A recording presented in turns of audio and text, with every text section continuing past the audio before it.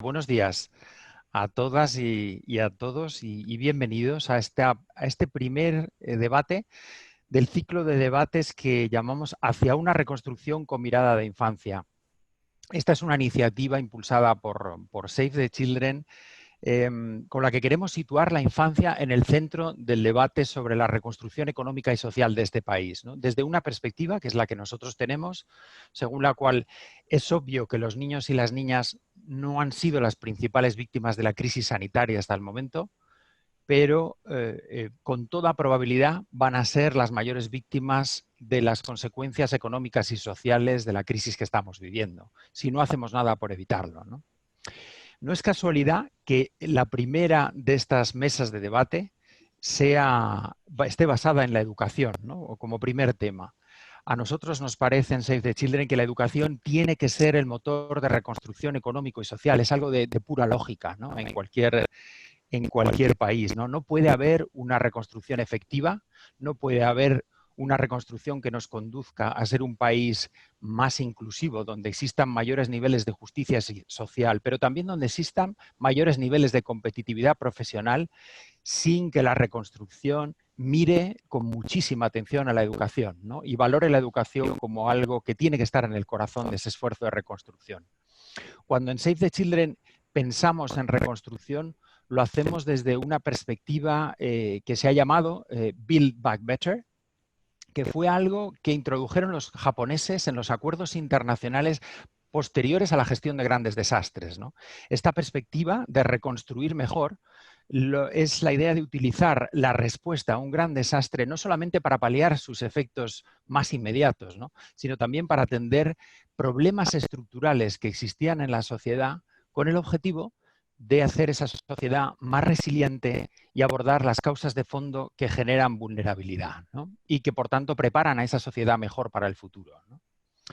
En este sentido, de reconstruir mejor, nosotros pensamos que la educación tiene algunos problemas estructurales que es imprescindible atender, ¿no? Por mencionar algunos, y siempre desde la mirada de equidad, que nosotros como organización que trabaja centrada en los más vulnerables es la mirada que tenemos sobre el hecho educativo. Nos preocupa una altísima repetición de curso, concentrada sobre todo en el alumnado más desfavorecido, ¿no? Los alumnos del entorno socioeconómico donde nosotros trabajamos repiten cursos 4 veces más que el alumno de clase media. Nos preocupan niveles de segregación escolar excesivamente elevados, ¿no? Que supone que los alumnos en desventaja están concentrados en determinados centros educativos, limitando mucho sus posibilidades de desarrollo, ¿no?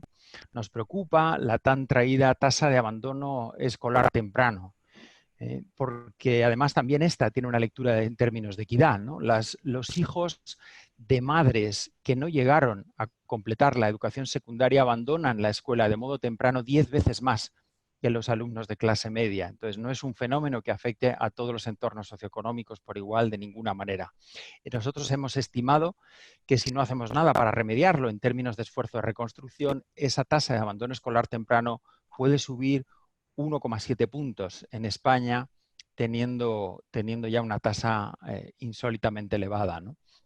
Así que con una baja cualificación, miles de jóvenes se enfrentan a un alto riesgo de desempleo, precariedad y pobreza y de perpetuación del ciclo de exclusión social, ¿no?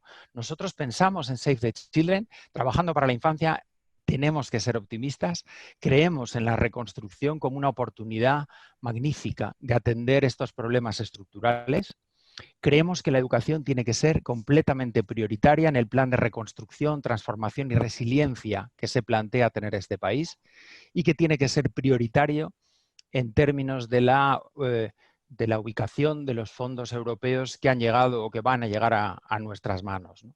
Nosotros planteamos estas cosas no desde el análisis teórico del hecho educativo, que también, sino sobre todo desde la experiencia directa y diaria de trabajo con 8.000 niños y niñas en situación de pobreza severa y con problemas educativos graves que nos derivan los servicios sociales por perfiles de especial vulnerabilidad.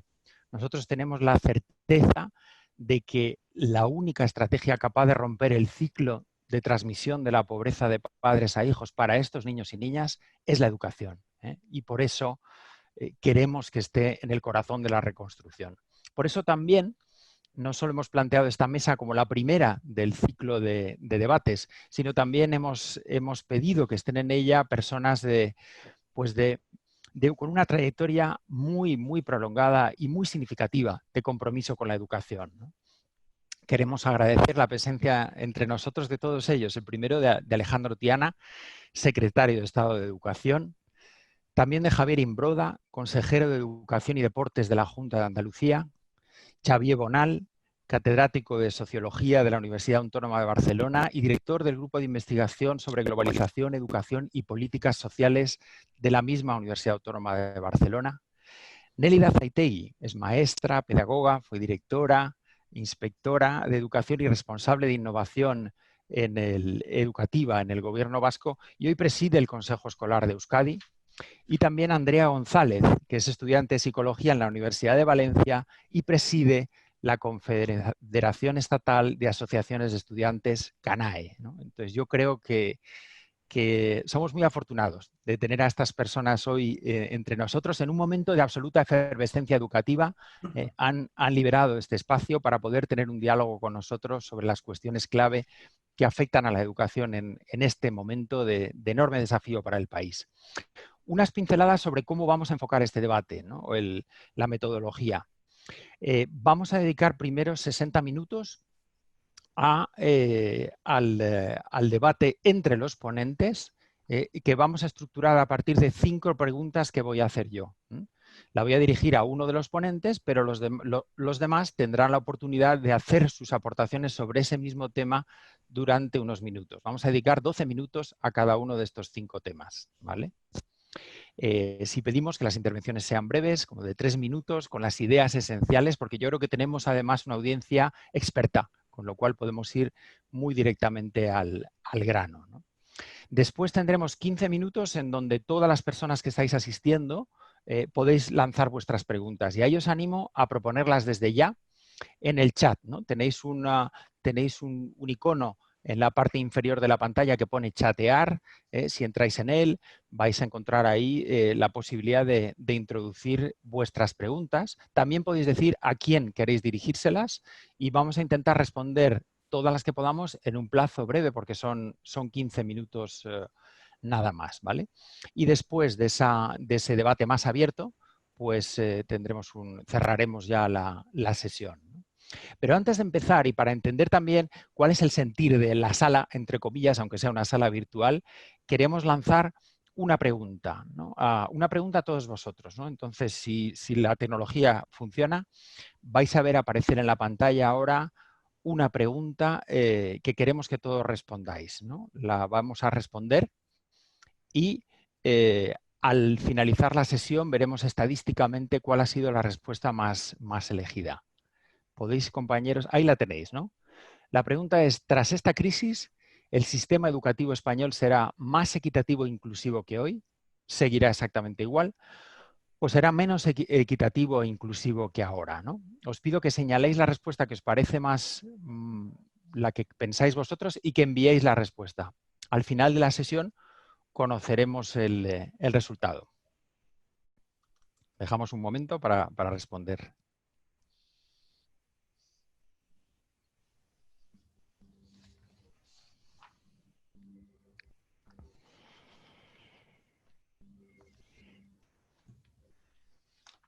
Vale, pues yo creo que ya está, ¿no? Vamos a empezar con las preguntas, ¿no? Vamos a empezar. La primera de las preguntas se la voy a dirigir al consejero de Educación de Andalucía, Javier Imbroda. Javier, me gustaría hablar un momento, preguntarte sobre algo que sé que te preocupa, ¿no? Que es la inequidad, las desigualdades en educación, ¿no? Ya las clases han comenzado después de 6 meses. Aunque la principal preocupación pública obviamente es la seguridad sanitaria, no podemos olvidar, sobre todo nosotros, que la vuelta no solo tiene que ser segura, sino que tenemos que asegurar que sea inclusiva y equitativa, ¿no? Sabemos por la experiencia que después de 6 meses muchos alumnos y alumnas van a estar en una cierta desvinculación, en un cierto desenganche que puede dificultar su trayectoria educativa, ¿no? Se han contratado muchos más docentes, se han anunciado programas de refuerzo que son muy importantes, pero bueno, tenemos dudas de que pueda ser suficiente para equilibrar desventajas que ya existían antes de la pandemia, pero que la pandemia ha exacerbado, por la brecha educativa que ha generado, ¿no? En secundaria van a volver en casi todas las comunidades autónomas en modo semipresencial, y esto significa que muchos alumnos van a estar sin acompañamiento, y muchos en espacios incluso inadecuados. La pregunta entonces es, Javier, ¿estamos preparados para que esta vuelta al cole no provoque un crecimiento en la desigualdad que tiene lugar en la educación, ¿no? ¿Y cuáles para ti serían las prioridades en este sentido? Muy bien, gracias Andrés. Buenos días a todos. Encantado de estar aquí y compartir este rato de diálogo y este foro que Save the Children nos invita a todos. Estamos aquí en Andalucía. Aquí el 1 de septiembre empezaron ya las escuelas infantiles a funcionar, afortunadamente con normalidad. Mañana empiezan infantil y primaria y el día 15 empiezan los institutos. O sea que, imaginaros, estamos en plena efervescencia, como bien decías Andrés, en este arranque inédito, ¿no? Y este arranque tan complejo para la apertura y la vuelta a las aulas. A tu pregunta, como nos pides, intentaré ser breve. Desconocemos todavía, yo creo que desconocemos todavía el impacto, ¿no? Sobre todo el impacto emocional que van a tener nuestros alumnos a la vuelta de las aulas, después de casi 6 meses con todo lo que estamos viviendo y ahora en una fase compleja también de evolución del virus, ¿no? El virus ahora está en una fase de rebrote. Esa oleada que decían los expertos sanitarios que parecía que iba a llegar durante el mes de octubre o al comienzo del invierno, pues se nos ha adelantado al mes de agosto. Y bueno, está claro que ha sido pues producto, según también nos dicen los expertos sanitarios, de la movilidad, ¿no? De todo lo que ha ocurrido con el momento, con el turismo, etcétera, etcétera. Andalucía especialmente, pues es una tierra que ha sido la que más turistas ha acogido en todo el territorio nacional y evidentemente pues es algo que se está acusando. Todos tenemos la confianza de que a partir de la segunda quincena de septiembre pues esa evolución de la pandemia pues vaya menguando, ¿no? Se vaya reduciendo. Y miren, nosotros hemos tenido oportunidad, Andrés, de hablar y de comentar, intercambiar impresiones sobre esto que me comentabas. Sabes que desde Andalucía nosotros siempre decimos que apostar por la calidad educativa de un sistema es perfectamente compatible con no dejar a ningún niño atrás. Es perfectamente compatible. Esta desconexión que hubo y que sufrimos todos los sistemas educativos del mundo sacaron a relucir las costuras, ¿no? de cualquier sistema educativo. Y evidentemente esa brecha digital, esa desconexión, pues la sufrieron especialmente pues, nuestros alumnos más vulnerables, porque ya estaban de alguna manera desconectados o con ciertas dificultades para continuar los procesos de enseñanza-aprendizaje. Nosotros desde aquí, desde Andalucía, insisto, lo que hemos hecho en el tercer trimestre, aquí para los que me están escuchando, para que entiendan algunas de las cifras que tenemos en nuestra comunidad, tenemos aproximadamente unos 2 millones de alumnos, tenemos unos 150.000 profesionales docentes y no docentes que están en la República. En definitiva, una cifra enorme y nos dedicamos en ese tercer trimestre fundamentalmente a localizar e identificar con nombres y apellidos a todos aquellos alumnos que se habían desconectado por cualquier circunstancia. Por falta de interés, por falta de apoyo de la familia, por falta de medios, por falta de condiciones, en fin, la casuística es tan grande que tratamos de investigar y de analizar el porqué de esos aproximadamente 2 millones de alumnos, 90.000 se nos habían desconectado. De esos 90.000 que se nos habían desconectado, 30.000 había sido por un motivo de no disposición de medios tecnológicos. Todos somos conscientes que la brecha digital no es otra cosa que una consecuencia de una brecha social. Así que esto es algo más profundo. Ojalá esto lo pudiéramos solucionar dando un dispositivo, dando un iPad o lo que fuera, ¿no? Ojalá fuera así, pero esto evidentemente no es así. Es mucho más profundo, es una brecha social la que existe en cualquier comunidad, no de España, sino en cualquier comunidad del mundo. Y en definitiva, nosotros lo que hemos procurado es tener localizados a esos 90.000 alumnos, tenerles preparados para la vuelta a la aula determinados programas de refuerzo individualizados, personalizados, refuerzos, apoyo, porque, insisto, independientemente de que apostemos por la calidad educativa, por avanzar, por innovar, no queremos dejar a ningún niño atrás. Entonces, esta es un poco una de nuestras luchas, y va a ser una de nuestras luchas, evidentemente, porque vamos a desconocer cuál va a ser la respuesta, la respuesta emocional, ¿no? Después de 6 meses, la incorporación de estos alumnos que llevaban tiempo desconectados, no solamente tecnológicamente, por hablarlo de alguna manera, sino también socialmente, ¿no? Así que va a ser un desafío enorme para toda la comunidad educativa, para que los podamos reincorporar de nuevo y sacarlos, como bien decía, de esa perpetuación, ¿no? De esa perpetuación, de ese muchas veces círculo perverso en el que están muchas veces metidos, ¿no? Estos alumnos, romper, ¿no? Romper esas cadenas, ¿no? de estar siempre en la misma situación, estar retroalimentándose, lamentándose, estar en la queja, en definitiva, tratar de sacar a nuestros niños que viven en esas circunstancias de vulnerabilidad y darles oportunidad. Los tenemos localizados, les vamos a dar todos esos programas personalizados, individualizados de refuerzos y de apoyo, y confiamos en que podamos ir recuperándolos para esos procesos de su formación tan necesarios para que salgan, no para que se mantengan, sino para que salgan de esa situación en la que viven.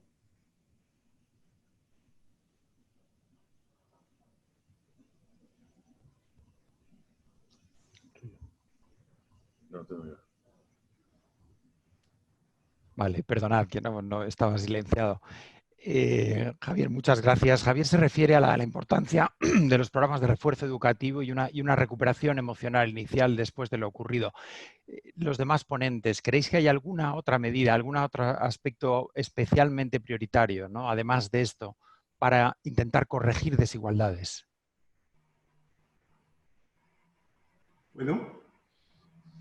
Bueno, yo de lo que ha dicho Javier, en verdad yo coincido con él en muchísimas cosas. Él sabe que coincidimos y hemos coincidido en este tiempo en muchas cosas.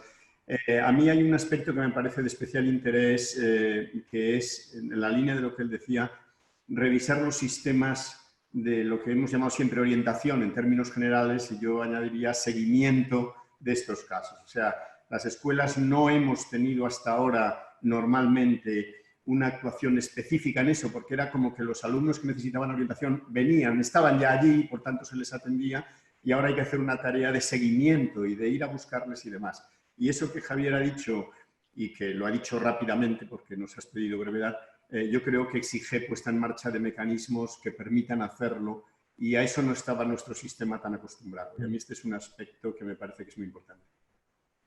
Sí, puedo añadir algo sobre esta cuestión. Quizá nuestro querido y añorado Juan Carlos Tedesco tenía unas ideas muy visibles y muy potentes en este terreno, ¿no? En sus últimos trabajos hablaba de la necesidad de avanzar hacia políticas de subjetividad, que enlaza con lo que Alejandro estaba diciendo ahora, ¿no? Es decir, creo que una de las cosas que ha evidenciado la deficiente, en muchos casos, respuesta educativa a los problemas derivados de la pandemia ha sido demostrar una vez más que desde un punto de vista sistémico tenemos muchas limitaciones para luchar contra las situaciones de exclusión educativa, ¿no? Que a través de los instrumentos tradicionales de currículum, de pedagogía, de sistemas de enseñanza, aprendizaje más unidireccionales, es muy difícil enganchar a un tipo de alumnado más vulnerable que con excesiva facilidad se desconecta, ¿no?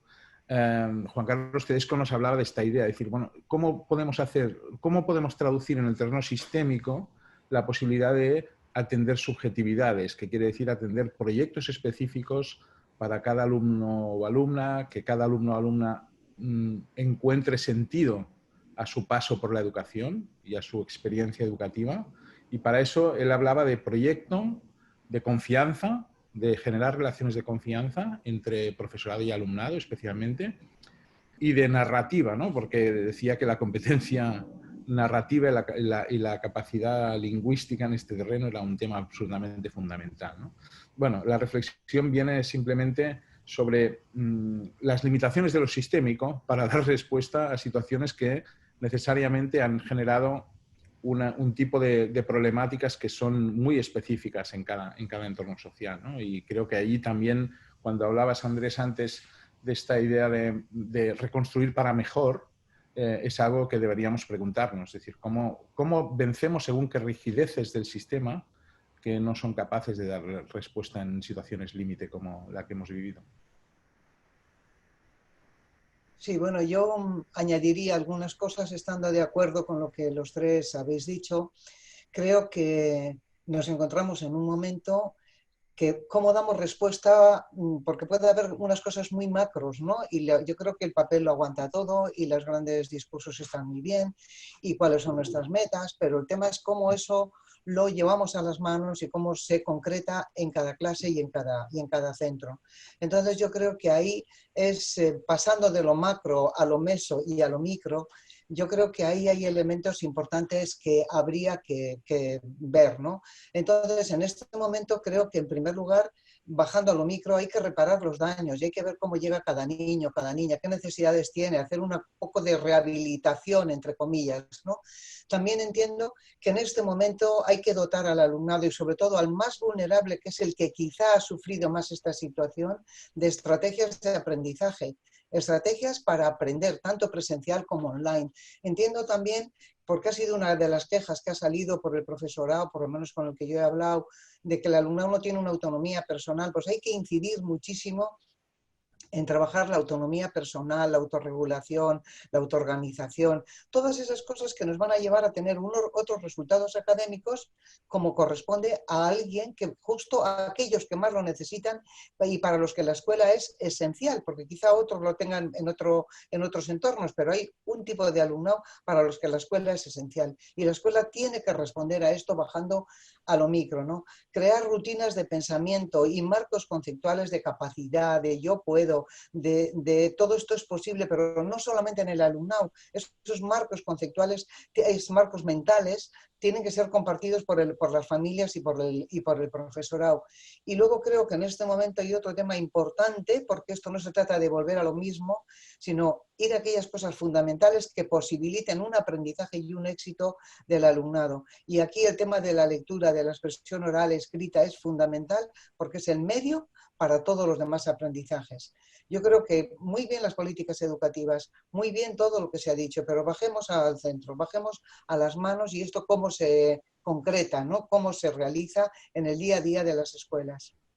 En relación, tarde un poquito, en relación a lo que decían sobre bajar a la escuela, ¿no? Lo micro, contar con los estudiantes. Nosotros, por ejemplo, también la sensación que hay entre los estudiantes es una sensación de cierta improvisación, ¿no? De que los escenarios no están muy claros, de que no sabemos muy bien qué va a pasar en este caso, qué va a pasar en este caso, y para los estudiantes creo que es muy importante bueno, sentir claridad, sentir cómo va a ser el curso, sentir cómo vamos a empezar, y esto afecta a gran parte de los estudiantes al no tener claro qué va a pasar y cómo proceder. Entonces es muy importante todo lo que habéis dicho, y también en relación a esto creo que también es muy importante transmitir todo esto a los estudiantes y hacerles ver bueno, que son partícipes de esto, ¿no? Que se les tiene en cuenta y comentar un poco cómo ha ido avanzando todo, porque sí que es cierto que más allá del nivel político, ¿no? De todo lo que hemos podido ver en la televisión y en los medios de comunicación, no ha habido esa transmisión real a los estudiantes, ni esa transmisión de, bueno, pues va a pasar esto, o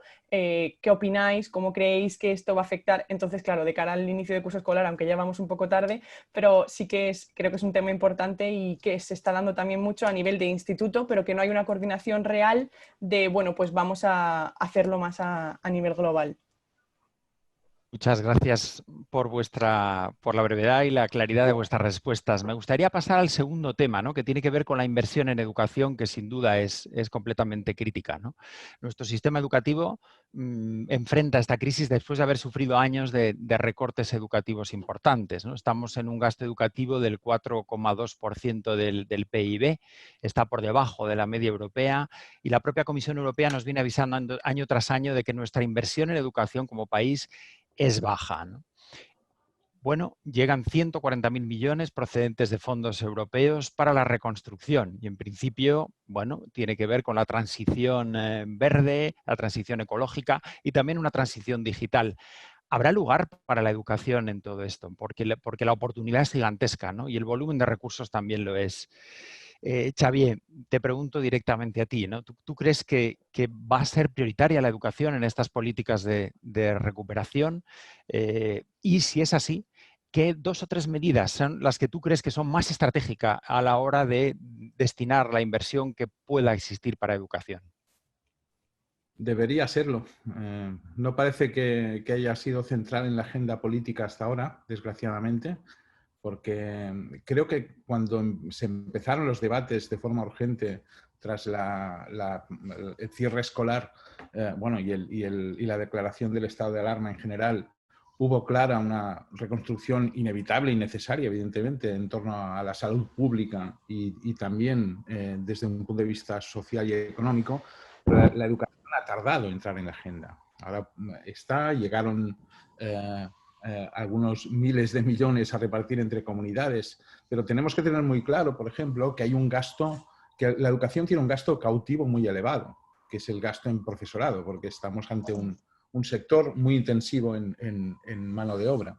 Con lo cual es bastante inevitable, y ante una situación como la que vivimos, que una buena parte de esos recursos tengan que ir a suplir profesorado en situación de riesgo, a suplir necesidades de desdoblamiento educativo, como estamos viendo. Y eso, por supuesto, es muy necesario. Pero para mí la preocupación es si somos capaces de, también a través del gasto, superar esa cautividad de algún modo, y asociamos los posibles incrementos presupuestarios a esta idea de reconstruir para mejor, ¿no? Tenemos que reconocer algunas cosas en este terreno. La primera es que la pandemia también ha desnudado los déficits financieros de nuestro sistema y cuán lejos estamos todavía de la media europea, y ha evidenciado que recortes que se produjeron hace 10 años, después de la crisis económica de 2008, tienen consecuencias sociales importantes. Por ejemplo, me refiero a las reducciones en la política de becas, que fueron drásticas en los años de gobierno de finales de la década bueno, a partir de la crisis de 2008, etcétera. Con lo cual, hay aspectos que evidentemente requieren reconstrucción desde un punto de vista de equidad. Y yo creo que hay una dimensión más que nos debería obligar a pensar en la reconstrucción del gasto educativo, que es que esta pandemia también pone de relieve la importancia de la dimensión social de la educación. Es decir, tenemos que entender si el gasto educativo es un gasto, aparte de ser un gasto cautivo, hacia nuestras instituciones educativas, o también debe ser gasto educativo, un gasto necesario para el aprendizaje desde un punto de vista social, porque lo que ha alterado esta pandemia son las condiciones de educabilidad del alumnado. O sea, hay alumnado que tiene la infancia más desfavorecida, a la que antes te referías, Andrés, ¿no? En situación de pobreza severa, tiene dificultades de aprendizaje que se extreman por cuestiones de acceso a recursos materiales, pero también por cuestiones de estabilidad emocional, por cuestiones de ausencia de redes y de redes sociales de apoyo, de ausencia de acceso a recursos complementarios a la formación reglada. Es decir, hay muchos aspectos que nos deben invitar a pensar en ello, ¿no? Con lo cual, por ejemplo, ¿por qué no aprender de algunos países del sur que han invertido en educación desde un punto de vista social a través de las transferencias de renta condicionadas a la asistencia escolar? No, nosotros quizá no tenemos demasiados problemas a nivel de educación infantil o primaria, pero sí los tenemos en secundaria y se van a acentuar, ¿eh? Con lo cual, una de las prioridades que tú ya me estabas pidiendo, para mí es muy clara. El sector más vulnerable, quizá, a diferencia de que siempre estamos hablando de la importancia de la educación infantil, que me parece absolutamente central y fundamental, pero en estos momentos es situación de emergencia la situación de los adolescentes que se desconectan. Con lo cual, sea a través de PROA, es un muy buen programa y una muy buena iniciativa ministerial y de las comunidades autónomas, pero creo que ahí hay terrenos todavía por avanzar y por explorar innovaciones también desde el punto de vista de programas que generen incluso estímulo asociados a la reconexión escolar de algún tipo. Y después creo que hay otro gran capítulo que me parece absolutamente central, que es el tema de la digitalización. Es decir, hemos visto los déficits que tenemos en el sistema. Y aquí quiero reforzar la idea de que para mí la digitalización, y luego hablaremos de brecha digital, me parece muy importante, pero sin olvidar que estamos hablando de un medio para el aprendizaje. El fin no es digitalizar, el fin es digitalizar para aprender, lo cual puede ser bastante distinto, ¿no? Con lo cual, pero sí que se ha quedado muy claro que hay no solamente problemas de infraestructuras y de déficits estructurales, sino, como decía Javier Imbroda en la primera intervención, ¿no? La brecha digital es una brecha social también, y es una brecha de saber utilizar los recursos y de tener acceso a ellos. Y un último apunte que me parece importante y que todavía no he visto en las políticas educativas, sean ministeriales o de las comunidades autónomas. Y sé que no es fácil, pero seguimos teniendo unas políticas educativas que desde el punto de vista de la inversión son excesivamente lineales, ¿no? Es decir, nos cuesta dar recursos distintos a colectivos distintos, más allá de programas específicos dirigidos a algunas situaciones concretas. Pero estructuralmente nos cuesta todavía ser capaces de estructurar una diferencia. Para mí, por ejemplo, es muy difícil de explicar que, hablo de mi ciudad de Barcelona, donde el riesgo de contagio en un barrio de Nou Barris, en Torrebaró, es 3 veces mayor que en otro distrito más bienestante, los recursos que se estén planificando sean prácticamente los mismos o, si acaso, algún profesor o profesora más en un centro de mayor complejidad social. Hay que ir más allá de esto. Hay que plantear innovaciones en cuanto a una financiación por fórmula, por ejemplo, donde se permita mayor variabilidad en los recursos en función de las necesidades. Y la inversión educativa en esos terrenos es donde yo refuerzo la idea de que tiene que ser también una inversión social, ¿no? Y ser capaces de articular medidas más flexibles de gasto y estrategias de gasto que no sean tan homogéneas, porque tanto cuando damos recursos cuando los quitamos, si actuamos linealmente, siempre salen más perjudicados unos determinados grupos por encima de otros. Gracias, Xavier. Alejandro, te tengo que derivar la pregunta a ti también, ¿no? Por razones obvias, ¿eres optimista con respecto a la inversión en educación? ¿Qué es crítico y prioritario? Y los demás, cuando queráis, también participáis. Bueno, yo creo que en general soy optimista, pero bueno, el optimismo es un rasgo de personalidad que eso varía de unos a otros, pero no solo por serlo, sino porque yo creo que se han dado algunos pasos y lo debo defender, porque no solo porque deba, sino porque estoy convencido de ello, ¿no? En este momento, que ha sido un momento difícil, pues se han movilizado muchos recursos, cerca de 3.000 millones de euros para educación. Ya sé que hay quien puede decir que si son suficientes, si no, cómo se deben gastar o no. Ese es un debate legítimo, pero es una cantidad importante. Quiere decir, porque se han dedicado a la reconstrucción del sistema sanitario 9.000 millones. Es lógico que necesite muchos recursos. Cerca de 3.000 entre los 2.000, más 300 y pico de becas, más el programa de digitalización, más el PROA Plus que ponemos en marcha ahora, yo creo que es un esfuerzo importante, ¿no? Y yo creo que hay que reconocer que es un signo de voluntad. Y que además, lo veremos cuando pase un poquito el tiempo, va complementado por dinero que ponen las comunidades autónomas o que deben poner. Javier Imbroda nos dirá algo, pero no solo es que les llegue un dinero y lo vayan a aplicar, sino que las comunidades tienen que poner recursos porque si no, eso no va a funcionar. Y lo que estamos ya trabajando sobre los presupuestos del Estado para el año 21, que yo confío en que consigamos tenerlos, pues en la parte de educación yo creo que va a ser una parte importante. quiero recordar, como yo estuve, ya lo sabéis, haciendo la LOE, hicimos aquella memoria económica, hicimos una memoria económica que suponía 7.000 millones de euros en 5 años, ¿eh?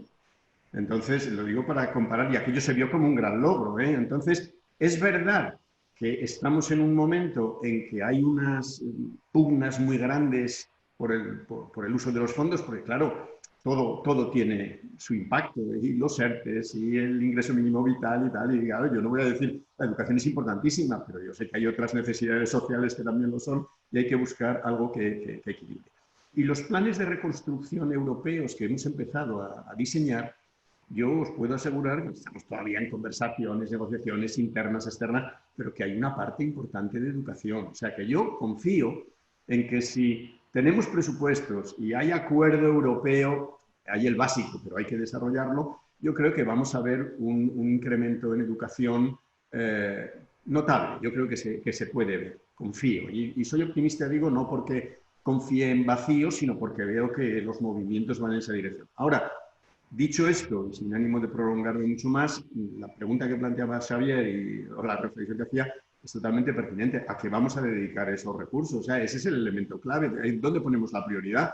Porque dentro también, así como el mundo educativo choca en las necesidades de inversión con otros aspectos sociales, ¿no?, y económicos y demás, también dentro del mundo educativo hay choques, digamos, y tenemos que establecer prioridades. Y necesitamos invertir en profesorado, necesitamos invertir en recursos de los centros, que son, como dice Mariano Fernández Anguita, más hueveras que otra cosa nuestros centros educativos, y no responden a ese modelo nuevo que Nélida nos estaba reclamando muchas veces, ¿no?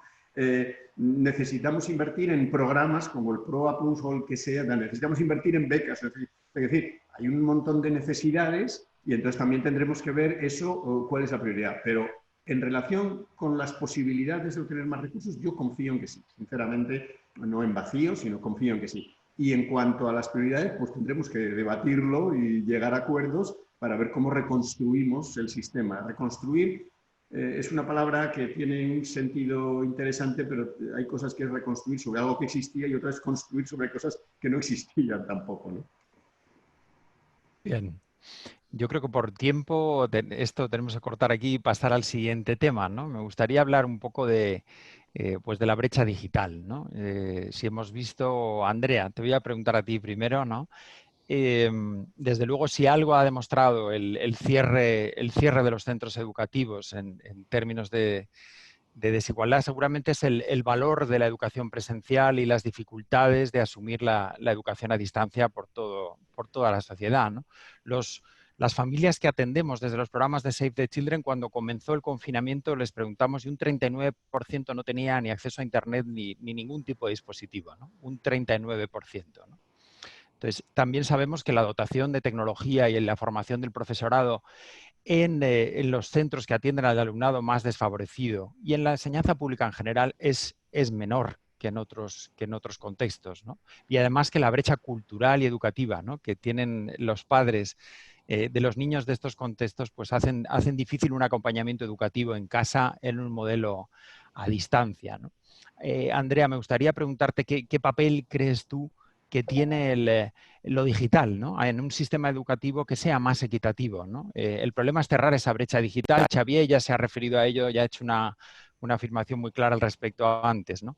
Es la presencialidad insustituible. Vamos inevitablemente a futuro a un sistema híbrido semipresencial. ¿Cómo lo ves tú desde la perspectiva de estudiantes? A ver, yo creo que algo que también ha impactado, ¿no?, durante este confinamiento a gran parte de la sociedad es que los estudiantes queríamos volver a clase. Quiero decir, siempre está el estigma de no, es que los estudiantes no quieren ir a clase o les ha venido muy bien la pandemia, así no van a clase. Creo que ha quedado demostrado que los estudiantes queremos volver a clase y que es muy importante para nosotros ir a clase. Entonces, la presencialidad, siempre y cuando sea posible, es el método que como estudiantes pues, nos gustaría, ¿no?, poder realizar. Evidentemente, sanitariamente esto no es posible y bueno, pues se ha optado, ¿no?, por una semipresencialidad.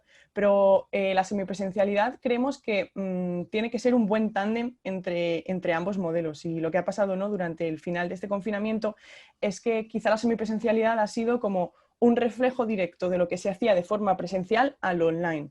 y esto no funciona. Es decir, las clases magistrales online no funcionan y bueno, hemos tenido bastante pues como este problema de que las metodologías no estaban adaptadas y prácticamente nadie estaba preparado para adaptar todo a lo digital. Lo digital ahora es muy importante y bueno, parece que se va a quedar por mucho tiempo y aunque pase el tiempo también, ¿no? Es una buena forma saber cómo adaptar la escuela presencial a lo digital para en cualquier momento o por cualquier circunstancia, pues tener ahí como este contacto a través de las pantallas. Ahora, claro, está claro que hay familias, hay estudiantes que no tienen acceso a, bueno, ya no solo a dispositivos o a recursos para conectarse a distancia, que es cierto que hay muchas familias que no tienen esta posibilidad, pero no es un número tan amplio como, por ejemplo, el número de estudiantes que durante este confinamiento hemos tenido problemas a la hora de compartir dispositivos, porque se entiende que cuando una persona tiene un ordenador y acceso a Internet ya tiene todo solucionado para ir a clase. Y no es así.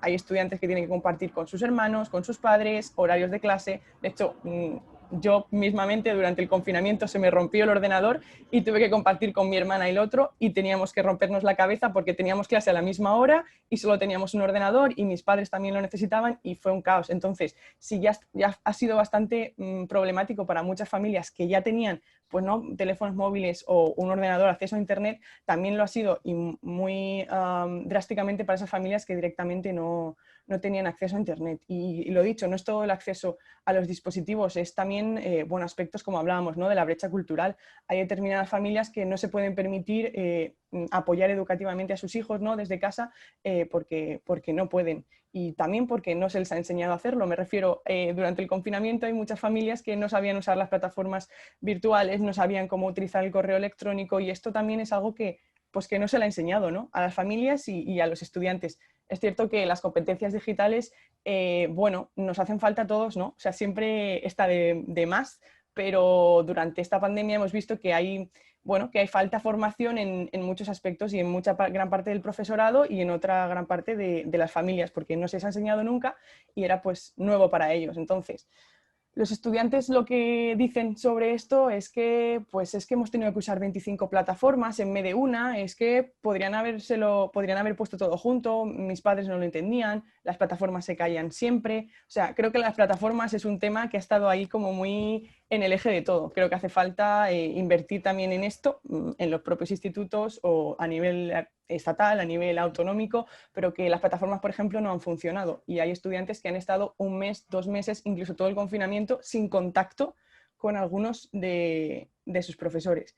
Y nada, simplemente a modo de reflexión, yo creo que cuando el confinamiento empezó y absolutamente ninguno de nosotros se lo esperaba y hubo un tiempo, ¿no? un impasse ahí de, bueno, ¿qué va a pasar? ¿Vamos a volver en 15 días? No, pero no vamos a clase. Creo que en muchos casos fueron los estudiantes los que tuvieron la iniciativa de crear grupos de WhatsApp con sus profesores, de crear clases de Google Teams o Google Classroom cuando no sabíamos nada de plataformas y bueno, creo que también, ¿no? Eso demuestra como el interés y la motivación que a pesar de lo que muchas veces parece o lo que muchas veces se comenta, los estudiantes queríamos volver a clase y eso, y queremos que todos los estudiantes tengan derecho a volver a clase, aunque sea de forma online, independientemente de eso, de su situación económica y de, bueno, problemas familiares o socioeconómicos.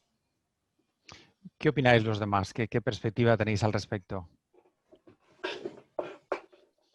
A ver, yo creo que evidentemente esto para muchos alumnos y alumnas ha supuesto todo un problema, ¿eh? Y que tiene mucho que ver con el nivel no solo económico, sino sociocultural de las familias. Entonces, que ha habido alumnado que no ha podido engancharse, no ha podido conectar por un tema de dispositivos, de conectividad. Yo creo que a pesar de los esfuerzos que se han hecho, yo al menos aquí lo que conozco, se han hecho esfuerzos por poner conectividad, por dar tablet o teléfonos incluso, pero claro, es que la brecha va mucho más allá del dispositivo, es cómo lo utilizo, la competencia personal que tengo yo en eso, el apoyo familiar que puedo tener, y eso evidentemente todos sabemos que mientras que para unos ha sido una posibilidad de trabajar, de seguir aprendiendo, es para otro, a pesar del esfuerzo que ha hecho el profesorado de conectar medio WhatsApp, o sea, por medio de WhatsApp, de teléfono, de intentar que de todo ha habido, pero generalmente el profesorado ha hecho un esfuerzo importante por todo eso, pero sabemos siempre quiénes son los perdedores, seamos realistas, siempre son los mismos.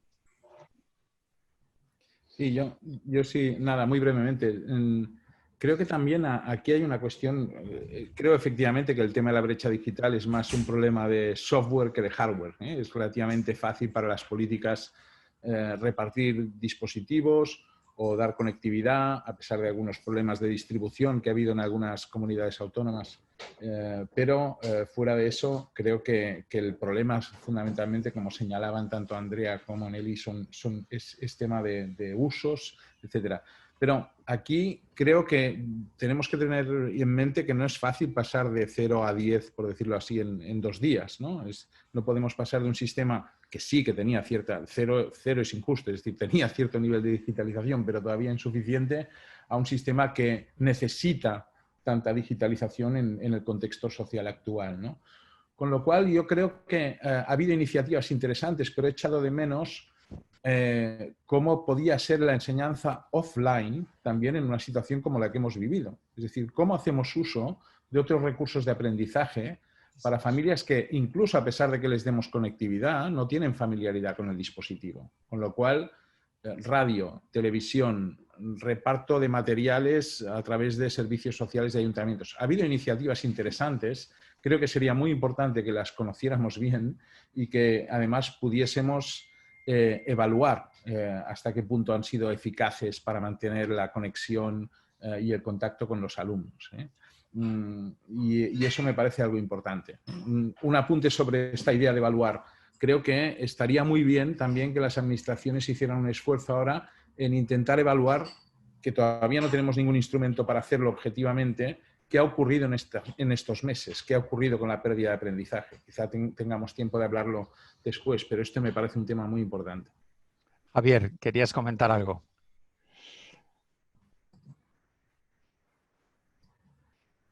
Javier, me parece que ahora. Ahora sí. Muchas gracias. Que llevaba aquí un rato enjaulado, no podía hablar, no podía comunicarme. Yo, compartiendo todas las cuestiones que vosotros estáis diciendo, no me quiero resistir a comentaros que una de las reflexiones que uno hace después de todo lo que ha sucedido es que evidentemente estamos ante una oportunidad histórica. Estamos ante una oportunidad que este confinamiento, maldito confinamiento, también ha generado en una oportunidad lo que pueda suceder a partir de ahora, ¿no? Yo he comentado en estos días que el siglo XXI ha empezado en el 2020. El siglo XXI ha venido en un año en que esta crisis, ¿no?, humanitaria, esta crisis sanitaria, nos ha hecho a todos, ¿no? A todos nos ha puesto a prueba, a todos nos ha dicho que, oye, que tenemos que aprender a convivir con una situación a la que no estábamos, lógicamente, habituados ni preparados, y en definitiva eso también se traduce en una oportunidad. Es verdad, como decía Nélida, que esa oportunidad histórica luego hay que aterrizarla e ir directamente al corazón del sistema educativo, ¿no? Yo quisiera, porque lo enlazo también con la brecha digital, para no extenderme, entiendo que este foro, pues lógicamente es complicado no poder extenderse porque así podemos participar todos, ¿verdad? Pero no me quiero resistir a que, por ejemplo, en educación a mí me gusta hablar siempre de inversión. Siempre me gusta hablar de inversión, no me gusta hablar de gasto, ¿no? En educación, por ejemplo, ayer se aprobaba en la Unión Europea, en el Parlamento, el reglamento de los fondos que a España de reactivación, ¿no? Que a España van a llegar unos 13.000 millones de euros para pagar los ERTEs, invertir en educación o en el sector turístico. A mí me encanta que hoy día la educación esté en todas las agendas de todos los gobiernos del mundo. Eso es una señal de que evidentemente por fin estamos poniendo en el foco que la educación, que los recursos en educación se nos hacen fundamentales. Ahora, la cuestión en el debate podría ser también es ¿para qué? como estaba diciendo Xavi, ¿no? ¿Para qué? ¿Dónde focalizamos esos recursos, ¿no? En fin, hay tanto que podemos, en fin, cada uno podrá tener una opinión, lógicamente, de dónde deberíamos llevar todos estos recursos. Pero a mí me gustaría señalar uno, entre muchos otros, ¿verdad? Yo lo enfocaría, aparte de esos recursos, sobre todo en la formación de nuestros docentes. Pero la formación de nuestros docentes a partir de la formación inicial, desde que ponen el pie en el grado de educación de su universidad. Para mí es una de las grandes transformaciones. Es decir, si el siglo XXI arranca en marzo del 2020, no tiene nada que ver ya la formación de nuestros docentes antes del siglo XXI, marzo 2020, a la que empieza ahora, a la que arranca ahora. Nada tiene que ver. Estamos hablando de cambios metodológicos. Estaba hablando Xavier también de incorporar esa transformación digital a los procesos de enseñanza. No que sea algo sustitutivo del profesor de la presencialidad, porque evidentemente no hay nada que pueda sustituir un docente. La pantalla de un ordenador no sustituye a un docente. En definitiva, es cómo vamos incorporando esa transformación digital, digitalización, que evidentemente hay muchos centros educativos que ya lo hacen, hay muchos profesores que ya lo hacen, pero cómo se incorpora de una vez por todas a lo que es todo el sistema, ¿no? Y evidentemente, ¿dónde podemos, cómo podemos para esos, como decía Nélida también, a esos alumnos más vulnerables, que siempre son los mismos, no dejarlos atrás?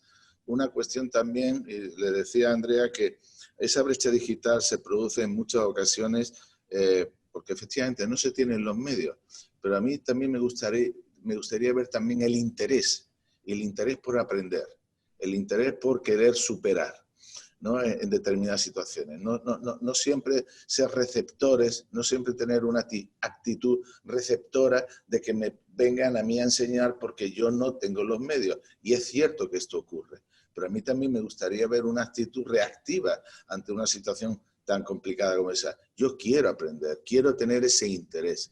Y evidentemente en ese encuentro, pues seguramente vamos a sacar las mejores enseñanzas posibles para todos. Gracias, Javier. Pasamos, si os parece, a otro bloque, ¿no? Que tiene que ver con otras lecciones de la pandemia y otras oportunidades de corto plazo que podemos tener, ¿no? Además de las cuestiones relacionadas con la digitalización, la pandemia ha sacado a la luz debilidades estructurales de nuestro sistema educativo, ¿no? Por ejemplo, el hecho de que nuestro currículo sigue siendo difícilmente abordable, y que también carece de un enfoque competencial, ¿no? Lo cual dificulta la labor no solamente de los profesores, sino también de los alumnos y sobre todo de los que tienen más dificultades. Nélida, tú que has pensado mucho sobre eso, ¿qué oportunidades ves en el corto plazo? Me gustaría que comentaras eso, ¿qué otras lecciones hemos aprendido de lo que ha pasado en estos 6 meses y dónde ves las oportunidades de corto plazo que podríamos implementar? Bueno, yo creo que he ido ya definiendo bastante la situación y las cosas que nos ha puesto delante esta pandemia, pero yo, por tratar de sintetizarlo, y voy a procurar ser breve, creo que en primer lugar esta pandemia nos ha puesto ante la situación real del sistema educativo que tenemos. Y desde este sistema que tenemos responde a las necesidades del alumnado de hoy día, de nuestros chicos y chicas que van a ser profesionales en el 40, en el 45, que no sabemos en qué van a trabajar, no sabemos cómo van a vivir, pero sí sabemos que hay una serie de competencias fundamentales que como personas, como ciudadanas y como profesionales tenemos que desarrollar en la escuela. Eso nos lo ha puesto así, de repente, plaf, de repente, en esto. Nos ha enseñado la importancia de las familias y la importancia de colaborar juntos, familia y escuela. Porque esto, no voy a extenderme, pero ha sido toda experiencia muy interesante lo que ha pasado durante la pandemia. Nos ha puesto también ante el espejo de cuál es nuestra competencia digital real. Dejémonos de todos los planes de formación que ha habido, dejémonos de todas las inversiones. De verdad, ¿cuál es la competencia real del profesorado? ¿Cuál es la competencia real del alumnado? ¿Y cuáles las posibilidades y competencia real de las familias? ¿Qué grado de digitalización tiene este país? Y creo que esto nos ha pasado en todas las comunidades autónomas. Hemos encontrado profesorado que ha sido capaz de responder porque ya tenían una experiencia, porque bueno, o han hecho auténticas maravillas para reciclarnos, como hemos tenido que hacer todos. Pero bueno, pues ahí sabemos que tenemos un hándicap que hay que abordar inmediatamente.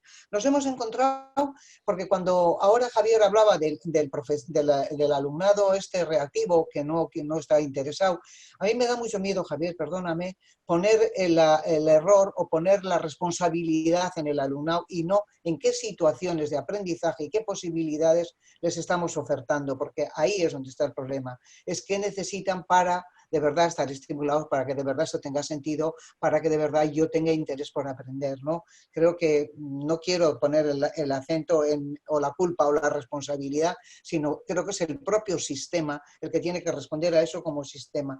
Y después hay otro tema que nos ha puesto en el espejo, y es, ¿qué ocurre?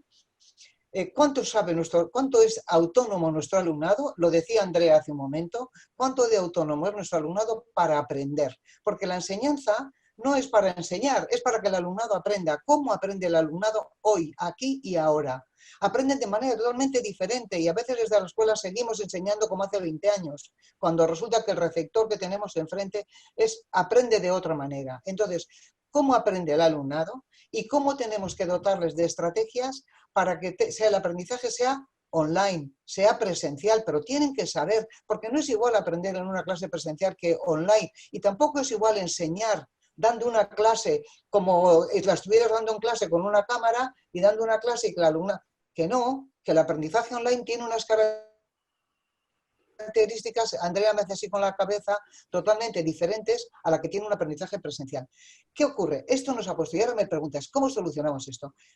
Mira, esto es muy complejo. Yo te me citaría a Tedesco ahora, que en fin, podríamos ver toda esa cosa holística. ¿Cómo abordamos esto? Mirad, en primer lugar yo creo que hay unos cambios estructurales que son imprescindibles. Yo hablo siempre de los cambios coyunturales para este año, que este es un año muy especial, con un reto importante. Una, para que demos respuesta a las necesidades de nuestros chicos y chicas hoy, pero otra para que vayamos pensando y analizando y haciendo un listado de verdad serio de aquellas cosas que tenemos que cambiar. Porque este no es un curso, no tenemos que volver a hacerlo del año pasado. Es que, mira, yo cuando la gente habla de nueva normalidad, es que no. Estamos ante una nueva realidad que tendremos que ver qué normalidades vamos a crear nuevas para abordar la nueva realidad. Pero no, esto no es una nueva normalidad. No se trata de volver a lo anterior, de lo que hacíamos el año pasado. Es que esto es otro momento y nos ha cambiado el escenario. Entonces ahora, ¿qué hacemos cuando nos hemos dado de morros con la situación real? Cambios estructurales. Se han dicho, 1, profesorado, pieza clave. Todas las investigaciones, eso no es nuevo, lo sabemos. El profesorado, ¿y qué tiene que ver? Formación, sí, formación inicial, formación continua, pero ¿y la selección? ¿Y la inducción a la docencia? ¿Y el compromiso docente? Vamos a hablar de todo eso. Fundamental. Direcciones de centros. Otro elemento clave. ¿Qué pasa con las direcciones de centro en este país? ¿Dónde está la autonomía de centros? ¿Dónde está la participación de las direcciones en las decisiones que les atañen? ¿Dónde está la comunicación que tiene que haber directa? ¿Qué ocurre con el tema de qué creencias y qué marcos mentales seguimos teniendo en la cabeza sobre el valor de la repetición, sobre cómo aprende el alumnado? ¿Qué pasa con todo eso? ¿Qué pasa con la gobernanza de los centros? Una nueva gobernanza con mayor autonomía, pero con una participación real de la comunidad educativa. ¿Qué pasa con el papel de los ayuntamientos en educación? ¿Qué pasa con el currículum? Ese currículum academicista que tenemos cuando tenemos que pasar a las competencias que nuestro alumnado va a necesitar para vivir con dignidad en este mundo que viene. Que no sean robots de segunda, sino ciudadanos de primera. ¿Qué pasa? ¿Cómo tenemos que abordar de verdad y de una vez por todas? Y en eso yo he aprendido mucho de Xavier, evidente. Xavier, esto es tuyo, ¿eh? Pero el tema de abordar en serio y con medidas eficientes la segregación escolar. Y eso es un reto social, no solo de la escuela. Y desde luego hay otro tema que se ha tocado por encima, pero, o sea, vamos, él lo ha tocado con más detalle, pero esto es una inversión. ¿Qué sociedad queremos? Y hay un debate social que lo tenemos que hacer porque si no el profesorado, los que nos dedicamos a la educación tendremos un discurso y la sociedad tiene otro. Y es decir, hay que hacer una reflexión pero absolutamente colectiva, no sé con qué medios, con qué marketing, hay expertos por ahí que lo digan, pero hay que hacer una reflexión colectiva muy amplia sobre el sentido de la educación aquí y ahora. ¿Para qué educamos? qué sociedad queremos. Y mientras no tengamos eso claro, no nos valdrá el cómo, el qué y el cuándo. Primero definamos qué sociedad queremos, dónde está la justicia, la solidaridad, dónde está, qué mundo queremos. Y para eso, ¿qué sociedad? ¿Para qué educamos? Si la educación es educar para la vida, que implica entender el mundo para poder transformarlo, ¿cómo estamos haciendo todo eso? Que en los papeles y en los currículums aparece curiosamente, porque el papel, repito, lo aguanto todo. Pero, ¿dónde está nuestra práctica de todos los días que responda a eso? Perdemos por el camino y eso a mí me preocupa muchísimo. Todo un programa, tanto como bien has dicho, ¿no? Coyuntural y estructural. ¿Queréis hacer alguna aporte adicional al que ha hecho Nélida? Alejandro.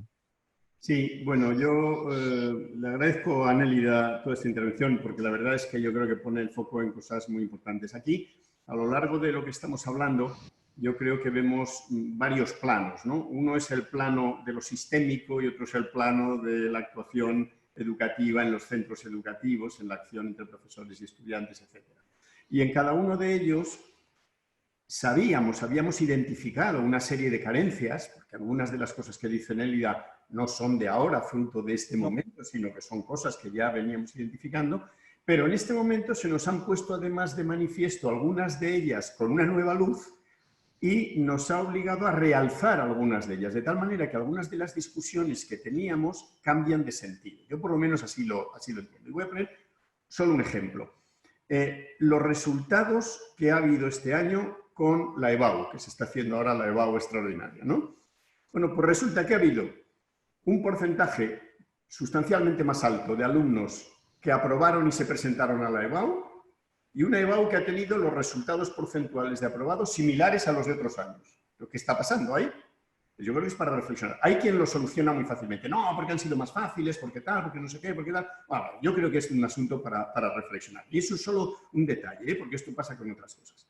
¿Nuestro sistema está realmente valorando lo que los alumnos hacen, lo que nosotros hemos marcado como que deben hacer? ¿Qué tipo de formación, decía Nélida, es lo que estamos valorando? Y esa es la reflexión que esto nos pone de manifiesto. Y ya no es un debate ideológico a previa, no, es un debate sobre datos que vamos a ir teniendo y que llaman la atención y que nos van a obligar a reflexionar. Y yo creo, igual estoy equivocado, que fruto de esta crisis y de este tiempo tan especial que hemos estado viviendo, va a haber cosas que vamos a ver con otra luz. Cosas que se van a reafirmar, pero con más fundamento, y cosas que a lo mejor nos va a obligar a decir, oye, a lo mejor aquello que considerábamos que era así, resulta que no es tan así y hay que ver cómo lo hacemos. O nos va a orientar sobre prioridades, ¿no? Y cuando hablas de debilidades estructurales de nuestro sistema, que las tiene, creo que nos va a obligar a reflexionar sobre cuáles son realmente más cruciales para abordar el futuro. Nosotros, desde luego, termino con esto, desde el Ministerio de Educación y Formación Profesional estamos trabajando sobre todo eso, y en el proyecto de ley de la LOMLOE que está en el Parlamento y que en algún momento se empezará a debatir, ya tenemos previsto a través de los grupos parlamentarios introducir algunas enmiendas, algunas cosas que vayan en este sentido de hacer énfasis sobre algunas de las cosas que en este tiempo se nos han puesto como más de relieve, ¿no? Muchas gracias, Alejandro. En atención al tiempo, Xavier, querías comentar algo, pero te voy a pedir súper brevedad. No, solamente una idea, que me ha gustado mucho la intervención de Nelly y la reflexión. Creo que es claramente una invitación, quizá no ya a la idea de reconstrucción, sino a la idea de oportunidad de transformación, ¿no? Y estamos en un momento donde yo creo que se ha producido una paradoja muy clara durante este periodo. Por un lado, hemos visto que la escuela es una institución esencial y que la presencialidad es esencial. Pero, como decía Nelly, también ha evidenciado que la escuela, como la hemos tenido hasta ahora, necesita un cambio. No es que necesite mejorar, es que necesita un cambio profundo. Y no por sus actores, sino porque tenemos que definir el papel de la escuela como institución en un contexto donde el aprendizaje ya no está centralmente situado en la escuela, probablemente, ¿no? Con lo cual, creo que la parte de oportunidad que hemos observado en esta pandemia, en el cierre escolar, es que al cerrar la escuela al mismo tiempo se han difuminado un poco más las fronteras de la escuela. Por ejemplo, con los puentes entre escuela y familia, o con el descubrimiento del profesorado de otras formas de aprendizaje del alumnado. Esto ha ocurrido. Ha habido profesores que nos decían es que tenía alumnos que eran súper callados en clase, que casi no intervenían, y resulta que cuando han empezado a trabajar de forma autónoma y con mayor libertad y con mayor flexibilidad, resulta que hemos descubierto unas potencialidades que no sabíamos observar, ¿no? Lo cual invita a ser capaces de generar ese sistema educativo que no es fácil, donde estas fronteras de la escuela sean más difuminadas y donde tengamos mucho más claro que la escuela tiene que contribuir al aprendizaje, pero que quizá ya no es la institución central para ese aprendizaje. Pero bueno, esto seguramente sería objeto de un debate mucho más amplio. Muchas gracias, Xavier. Terminamos esta parte con una última pregunta, ¿vale? Alejandro, te la hago a ti directamente, aunque luego abrimos el debate, ¿no? Y tiene que ver con la segregación escolar, ¿no? Nélida lo ha comentado como algo importantísimo en nuestro país, ¿no? O sea, sentimos que la palanca de promoción social que fue la educación en este país, ¿no? Y su papel en la generación de clases medias, por alguna razón se ha interrumpido, ¿no? Y la segregación escolar, desde luego, tiene un protagonismo para explicar esto, ¿no? O sea, la creación de escuelas gueto donde se concentra el alumnado en condición socioeconómica más desventajada, ¿no? Tenemos datos de segregación escolar superiores al promedio de la Unión Europea y tenemos comunidades autónomas, pues como es el caso de la Comunidad de Madrid, donde tenemos detrás de Chile el porcentaje de la tasa de segregación más alta de la OCDE, ¿no? Esto condena directamente a los chavales que se ven obligados a ir a esos centros, ¿no? Alejandro, ¿va a ser prioritario para el Gobierno la puesta en marcha de planes para reducir este problema, que es de difícil solución? Si es así, ¿en qué medidas estáis pensando? ¿Cómo coordinarlo con las comunidades autónomas? Ojo, y he mencionado Madrid, pero Euskadi también tiene una realidad de segregación escolar, también Andalucía en menor medida. Es un tema generalizado.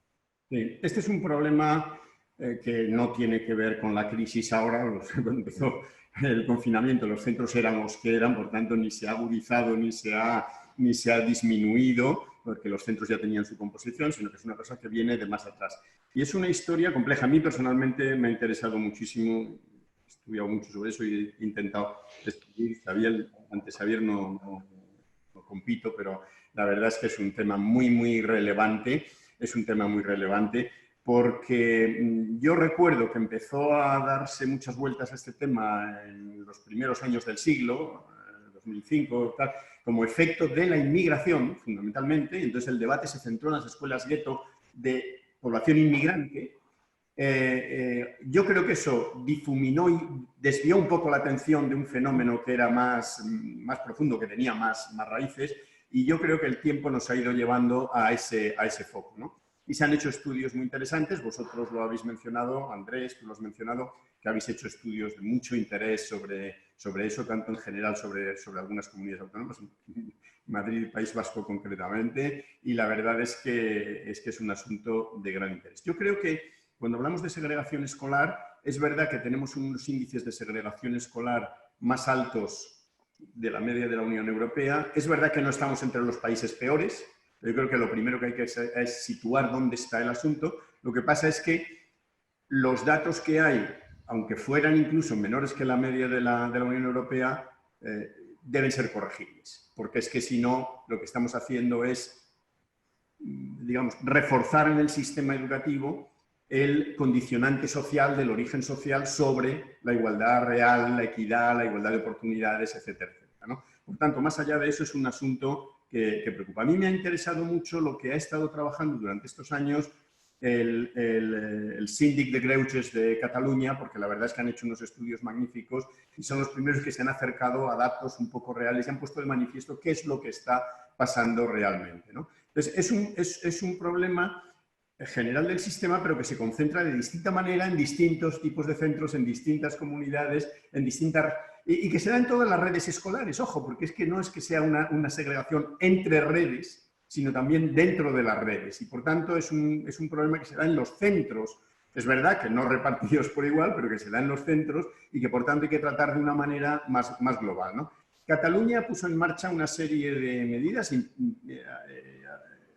hizo un pacto contra la segregación, que luego tiene que convertirse en una normativa sobre los procesos de escolarización y otra serie de cuestiones. Consiguió que en el pacto entrasen tanto organizaciones de la enseñanza pública como de la enseñanza concertada. Es verdad que han tenido sus discusiones, o sea que no es sencillo, como bien nos podemos imaginar, pero yo creo que es un asunto crucial y nosotros concretamente estamos intentando reflejar todo eso en contacto con las comunidades que lo están desarrollando, etcétera, para que en la nueva ley de educación todo esto se refleje y nos dé instrumentos para que podamos hacer frente a ese proceso. Es un proceso que no se cambia de un día para otro. Algunos lo rechazan radicalmente diciendo que ese es un intento de ingeniería social, bueno, ya social comunista o ya lo que quieran, ¿no? Pero en fin, dejando al margen ese tipo de etiquetas, lo que es cierto es que no es un asunto de ingeniería social, es un asunto de equidad social. Las escuelas no pueden ser idénticas unas a otras. Yo avalo lo que decía Xavier, de que nuestras políticas educativas en general tienden a ser muchas veces muy uniformes y hay que dar una diversidad porque los problemas son distintos y hay que atajarlos donde están y no pretender tratar a todos por igual porque entonces no vamos a resolver determinados problemas. Y eso nos obliga a dar recursos a las administraciones educativas, que son las que lo tienen que hacer, para que puedan afrontar esta cuestión. Yo creo que el debate está ya sobre la mesa, yo creo que eso es una buena cosa, yo creo que va a continuar y yo creo que vamos a tener que ir tomando medidas, ¿no? Entonces nosotros, contestando concretamente a tu pregunta, damos un primer paso para que este asunto esté reflejado en nuestra legislación general y después iremos dando pasos en todos los foros que la Administración General plantea y con las comunidades autónomas para que podamos ir dando respuesta. Es un asunto complejo, pero si no vamos, y Cataluña nos lo ha enseñado, si no vamos juntos es muy difícil de resolver. Y el buscar esos acuerdos no es sencillo, pero es imprescindible.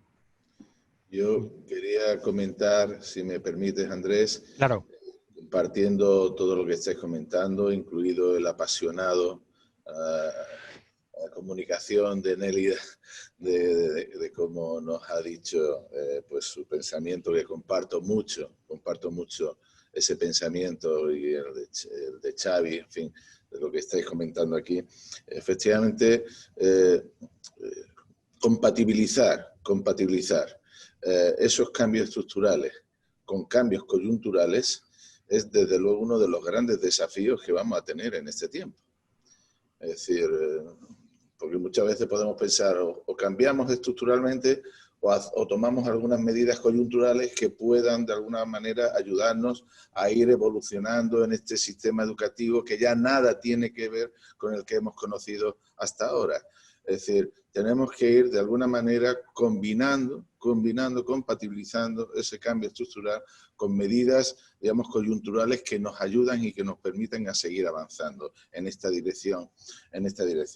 Mira, yo por una experiencia personal llevo año y medio aproximadamente como consejero de Educación y Deporte en Andalucía y para mí ha sido una prioridad este asunto, una prioridad. Pues bueno, no sé si es por sensibilidad social, por donde procedo, en definitiva, he estado preocupado fundamentalmente por esta cuestión. Y yo les quiero comentar lo siguiente. Una de las cosas que puede ser una medida coyuntural es sobre todo la estabilidad de los equipos docentes en esas zonas vulnerables. Miren, aquí en Andalucía uno se encuentra con que cada curso escolar hay una rotación de profesorado ordinaria aproximadamente del 40%. Una rotación. O sea, es inviable tener un proyecto educativo o mantener una cierta estabilidad en un proyecto educativo que siempre tenemos que dirigirlo a medio y largo plazo con esta rotación. Esa rotación ordinaria entre el 30 y el 40% se acentúa en la zona de mayor segregación, que llega a ser entre el 70 y el 80%. Entonces, es inviable, sencillamente. Entonces, o estabilizamos esos equipos docentes, porque no cualquier docente sirve para estar en esa zona, sirve para tener esas capacidades, esas competencias de poder estar dando esas clases, gestionando no solamente una materia en concreto, sino que tiene que gestionar todo un entorno social. O sea, es imposible. Entonces, o se produce una sustitución en esa zona y el que entra allí pues no se tiene en cuenta si verdaderamente quiere estar allí. Es decir, la creación, estamos nosotros aquí en Andalucía, ¿qué he tratado de hacer? Porque llevo, pues en este año y medio me he reunido 2 veces en multitud de zonas vulnerables, pero cuando hablaba con los directores de algún sitio de este tipo, con 12 directores, y me pedían, pues, a ver, ¿qué podemos hacer? Digo, ¿qué podemos hacer de la administración para que ustedes puedan desarrollar mejor sus condiciones de trabajo y podamos sacar a estos niños hacia adelante, ¿no? Y una de las cosas fundamentales que me pedían 2, pero una fundamental era esa estabilidad de los equipos docentes. Me decían, consejero, es imposible. Si aquí sufrimos el 70 y el 80% de rotación, es inviable cualquier proyecto educativo para sacar adelante a estos niños. Entonces, ahí yo planteo que esos puestos específicos, que la normativa muchas veces a mí me revela, ¿no? Cuando me enfrento a tanta normativa, una normativa sobre la otra normativa, sobre la otra, y finalmente los grandes perjudicados son nuestros niños y los de siempre. Así que yo dejo sobre la mesa también cómo podemos reducirla, qué planes, porque en nuestra comunidad también hay mucha población inmigrante. Y no solamente inmigrantes, sino que dentro de esa inmigración, dentro que es migrado, aquí en nuestra comunidad es una población nómada. Es decir, que no es que han sido inmigrantes y se quedan en un espacio, en un lugar, sino que van moviéndose. Es población nómada que en función de los trabajos temporales que van buscando, ¿no? Y entonces pues van arrastrando lógicamente a sus niños, a sus hijos y bueno, pues esto complica aún más lógicamente pues esa formación. Por eso debemos tener equipos docentes en esos lugares que estén entrenados, que estén preparados, que tengan esas competencias para poder acogerlos y formarlos en las mejores condiciones posibles. Así que, si sirve, pues esto es algo que estamos haciendo desde aquí, desde Andalucía, buscando esa estabilidad de los equipos docentes. Muchas gracias, consejero. La verdad es que esa estabilidad, desde luego, es uno de los factores críticos. En atención al tiempo, perdona, Xavi, y para poder dar entrada a las preguntas que nos ha hecho todos los asistentes, vamos a pasar directamente ahí, ¿vale? Yo voy a leer preguntas que han llegado, bueno, y vamos viendo quién puede ser quien lo responda. Para intentar responder el máximo, sí os pido la mayor síntesis posible en la respuesta, ¿vale? La primera, nos dicen, por lo que parece, ha habido una buena coordinación intersectorial entre ministerio, comunidades autónomas, escuelas, han funcionado con sus más y sus menos, ha habido dosis de improvisación, pero se han destinado recursos, acordado criterios. Ahora bien, me inquieta la coordinación con salud y con conciliación en un escenario como este, ¿no? En donde es fundamental tanto a nivel autonómico y local. ¿Cómo se ha diseñado la coordinación entre estos sectores? ¿Esta es pues, para el consejero o para el secretario de Estado, yo creo? Cualquiera de los dos. Pues, si os parece, no sé, la experiencia, efectivamente, nosotros celebramos la coordinación que hemos tenido con el Ministerio. Hemos estado codo a codo con el Ministerio de Sanidad, con las consejerías de salud, porque evidentemente estamos ante una situación insólita. Estamos ante una situación excepcional que nos ha tenido a todos pensando cómo poder, digamos, transmitir esa tranquilidad, esa seguridad, que no es nada sencilla, como podrán comprender. Nosotros desde aquí, de Andalucía, siguiendo las directrices de que Sanidad y la Consejería de Salud nos ha ido marcando a lo largo de todos estos meses, bueno, pues nos preocupa muchísimo, como no puede ser menos, esa coordinación. Nosotros, cada centro educativo va a tener un coordinador COVID, que va a ser un profesor, que va a dedicar una serie de horas a coordinar esas labores, a supervisar dentro de su centro educativo, pues que digamos, los protocolos estén al día, que todo el material higiénico sanitario también, y ese coordinador que ha estado formado, ya se le ha dado su formación telemática, y ese coordinador COVID, que es un profesor que va a dedicar, insisto, una serie de horas a la semana en función del tamaño, ¿no?, del colegio, va a ser sustituido esas horas 3, 4, 5, 6, 7 por otro docente para que nuestros niños no pierdan ninguna hora en cuanto a su formación, ¿no?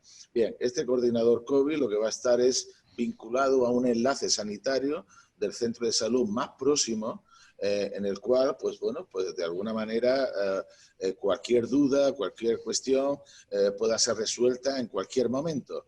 Ese enlace sanitario va a tener un número de el coordinador COVID va a tener nombre y apellido y un número de teléfono específico con ese enlace sanitario. Es decir, para que no ocurra esto, ya saben ustedes, ¿no? Llamar por teléfono, está comunicando, las líneas están ocupadas, etcétera, etcétera. ¿No? Un teléfono específico para, lógicamente, cualquier duda, cualquier consulta puedan actuar y resolver rápidamente.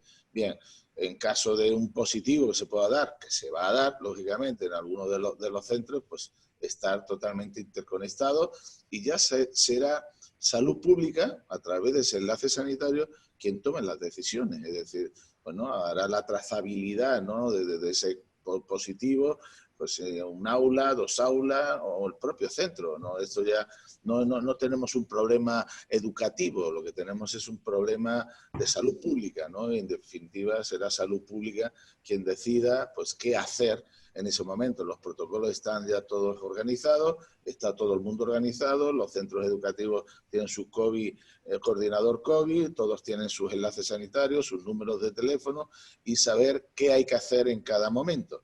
En fin, supongo que habrá en un sistema educativo como el de Andalucía tan grande, pues alguna incidencia que no dudo que la habrá, pero si ocurriera, pues evidentemente estaremos preparados para solventarla.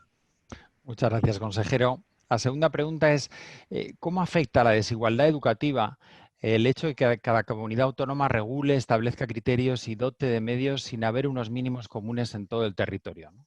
Quizá pienso que mejor que no es una respuesta desde la administración educativa, sino más bien, pues, Xavier, Nélida, Andrea, ¿cómo veis vosotros? O sea, quien quiera. Nelly, si quieres. Bueno, no sé. Yo creo que hay una cosa de las normas, los acuerdos que puede haber a nivel del Estado, que me parecen interesantísimos, por lo menos lo que yo he ido siguiendo. Evidentemente, lo mismo que decimos que el Café para Todos, que ha salido, cada centro es cada centro y tiene unas necesidades y hay que tener en cuenta su contexto, su cultura, su manera de entender o de hacer las cosas, pues algo parecido pasa con las comunidades, ¿no? Yo creo que cada comunidad ha entendido, ha acordado, o sea, lo ha adecuado a su situación concreta y eso a mí me parece que es sano, me parece que es bueno que cada comunidad haga aquello que cree que tiene que hacer en función de su situación y de su situación concreta, su cultura, su manera de entender las cosas, sus propios objetivos y a dónde va. Yo no creo que ha habido gran descoordinación. Yo me he visto los casos que se han hecho en una comunidad y en otra y me ha parecido que eran cosas muy parecidas, aunque se diga es que yo hago diferente, pero al final no he visto grandes diferencias. No sé, Xavier, ¿tú qué opinas? No, coincido plenamente contigo. Yo creo creo que esto entra dentro de la lógica de otro problema que ha aparecido con la pandemia, que es el tema de la gobernanza educativa. No solamente desde un punto de vista territorial, a quién le corresponde qué, sino también entre la administración y los centros educativos. Si hablo, por ejemplo, de la experiencia de Cataluña, uno de los problemas que claramente han aparecido es que no ha quedado nunca claro, ha sido borrosa la frontera de hasta dónde la administración debía fijar según qué normas de distancia social, de higiene, de ratios, etcétera, y dónde empezaba el papel de la escuela en cuanto a decir, bueno, a partir de ahí tiene que ser la autonomía de centro, que si no la utilizamos ahora ya no sé cuándo la vamos a utilizar, que sea capaz de dar una respuesta adecuada a sus espacios, a sus tiempos, y ahí ser capaces de transgredir incluso según qué normativas, porque la necesidad apremia ahora, ¿no? Y con lo cual sería mucho más lógico pues hacer mucho más uso. Por ejemplo, yo esperaba mucho más uso, por ejemplo, de espacios públicos no escolares. Hay ayuntamientos que han puesto a disposición del sistema educativo, bueno, de la administración educativa, no es responsabilidad de las escuelas, sino de la administración, utilizar bibliotecas, centros cívicos, etcétera, para esponjar los espacios. No digo que sea fácil, pero creo que debería corresponder a la administración poner esos recursos a disposición y a los centros planificar en función de sus necesidades y de los perfiles del alumnado, ¿no? Creo que, y en ese sentido, la proximidad asegura, yo creo, mayor eficacia en la gestión de una situación como esta, ¿no? Incluso para mí sería deseable que cuando hablamos de la variabilidad y de la flexibilidad de las políticas, por ejemplo, fuera razonable que una escuela decida que un determinado alumnado requiere enseñanza presencial a diario y otro, por ejemplo, tiene mayor capacidad de adaptarse a sistemas online. No ya en función de los grupos clases, sino que la propia escuela, que conoce bien a su alumnado, haga un plan pedagógico coherente desde un punto de vista de salud pública y seguro desde un punto de vista de salud pública, pero que no tiene por qué ser igual al de la escuela de al lado. Y ahí creo que cuando hablamos de flexibilidad, luego nos topamos con rigideces que lo hacen difícil, ¿no? No debería asustarnos tanto. O sea, asegurar la equidad requiere coherencia territorial, pero luego no debería asustarnos tanto las diferencias territoriales. Incluso las direcciones entre centros, perdonar, porque yo creo que has tocado un tema importantísimo. Los centros son muy diferentes y entonces, por una parte, cómo optimizan todos los recursos que tienen, tanto espacios, nuevas maneras de organizarse, salir de esa aula huevera que decía Alejandro, ¿no? El posibilitar más los espacios que hay en el centro, los que hay afuera. Yo creo que flexibilizar y todas las respuestas que se puedan dar y flexibilizarlas, pero además apoyarlas desde fuera. Ahí la inspección, todos los servicios que tiene la administración tienen que estar al servicio de los centros para valorar, para apoyar, para encontrar nuevos caminos. Es el momento de hacer cosas diferentes y aprovechar esta coyuntura para salir de los marcos de siempre e intentar nuevas experiencias, posibilitarlas, apoyarlas. Yo en eso creo que ahí sí que cada administración tiene que tener cómo se relaciona con los centros, cómo escucha, cómo interactúa y cómo apoya sobre todo a todas esas cosas más divergentes que puedan plantearse. Por eso es tan importante también la labor de los ayuntamientos, que tendrían que tener más competencias en educación y un papel mucho más fuerte por la proximidad que tú dices. Conocen muy bien la problemática, la de los distintos centros, sean públicos, sean concertados. Ahí yo creo que hay muchas cosas interesantes para entrar y para innovar. Dado que hemos empezado 5 minutos más tarde, me voy a tomar hasta ahí 35 para terminar, pero prometo que vamos a terminar entonces. 2 preguntas que van a la administración. Alejandro, te las voy a dirigir a ti, ¿vale? Para respuesta breve. Una dice, para los alumnos en situación de vulnerabilidad se plantea la apertura de los centros por la tarde.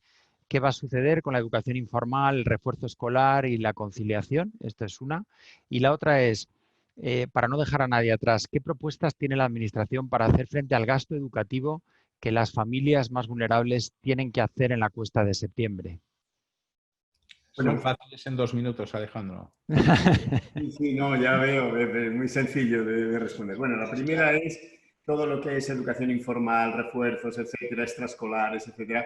Bueno, yo creo que aquí vamos a tener este curso una situación un poco excepcional, porque, bueno, la situación es muy diferente de unos lugares a otros. Hay algunas de estas cuestiones que cumplen una función social de equidad fundamental y otras que son valores añadidos en la formación de los jóvenes. Por tanto, no tienen la misma naturaleza. Yo creo que puestos a buscar soluciones, hay que buscarlas más al primer tipo de asuntos que al segundo. Por tanto, es muy fundamental que los comedores escolares sigan funcionando, sobre todo para esa población más vulnerable que si no va a sufrir en su alimentación, por ejemplo, y quien dice eso dice en otro tipo de cuestiones, las aulas de mañana, que atienden a la conciliación, etcétera. O sea que va a haber que hacer ese esfuerzo transitoriamente mientras estemos en esta situación y yo creo que ya ahí lo que decía Xavier y Nélida, cada uno en cada circunstancia concreta habrá que buscar qué es lo que mejor se adecua. Tener presente ese papel que cumplen todas esas funciones anejas, no ajenas, sino anejas a la escuela y que yo creo que todo eso hay que tenerlo en cuenta, ¿no? Hay un asunto ahí que liga la primera con la segunda, que es el asunto de la conciliación, que se ha puesto de relieve con la atención a los niños o las niñas que puedan enfermar o que tengan que estar en cuarentena, etcétera, que es muy complejo y que están los ministerios que están afectados, no es por quitarme yo el muerto de encima, ¿no? Sino porque realmente son cuestiones que afectan a los sistemas de protección social, a los sistemas de seguridad social, a las cotizaciones de las empresas, a las cargas que caen sobre empresas e instituciones en relación con los salarios de los trabajadores, etcétera. No es sencillo, pero yo creo que ahí hay un intento de darle respuesta. Algunas de las cuestiones de atención a las familias más vulnerables se van a poder afrontar por vía de políticas generales, no de políticas educativas, sino el ingreso mínimo vital. En el sistema, por ejemplo, de becas hay una apertura también para atender a familias que tengan más necesidades de ese tipo. Por tanto, hay una serie de medidas que irán en ese sentido, pero estamos empezando a diseñarlas. Quiero decir, algunas de ellas yo estoy seguro que las vamos a tener que profundizar. Hemos lanzado, por ejemplo, el programa PROA Plus para atender a colectivos especialmente vulnerables en centros que más lo necesitan, pero hemos hecho un primer paso con las posibilidades que teníamos este año. Ya se ha dicho, hemos destinado 40 millones. 40 millones está muy bien para un trimestre, pero hace falta mucha más inversión. Pero por lo menos hemos empezado a dar esos pasos. Yo creo que lo que puedo decir es que somos conscientes de toda esa serie de problemas y dificultades y queremos darles respuesta, desde luego. Muchísimas gracias, Alejandro. Yo creo que con tus respuestas terminamos el turno de preguntas porque no tenemos tiempo para más. Termino con un anuncio y es que la siguiente sesión de este ciclo de debate será sobre migraciones y políticas de inclusión. Tendremos con nosotros a la Secretaría de Estado de Migraciones, a expertos académicos y de la Unión Europea para hablar de qué podemos hacer. Este es un desafío también en materia de reconstrucción. Será el viernes 18 a las 10 de la mañana y podéis inscribiros en la página web de Save the Children. 1.000.000 de gracias, Xavier, Andrea, Nélida, Alejandro, Javier. Gracias por haber sido concisos, sujetados al tiempo, por la claridad de vuestras intervenciones, pero sobre todo muchísimas gracias por vuestro compromiso auténtico y continuado con la educación, ¿no? En donde nos jugamos tanto. Y muchas gracias a todas y a todos por asistir. Aquí tenéis la respuesta a la encuesta que hemos hecho, ¿no? Que la verdad que no deja un panorama muy optimista, ¿no? O sea, la mayoría de los asistentes opinan que el riesgo es que terminemos con un sistema menos educativo e inclusivo que ahora, ¿no? Pues ojalá el esfuerzo de personas como nuestros ponentes, ¿no? y políticas públicas eficaces reviertan esta expectativa inicial que tenemos como grupo. Ahí lo dejamos. Muchísimas gracias a todos y a todas y hasta la próxima. Gracias. Un abrazo para todos. Hasta luego. Un abrazo.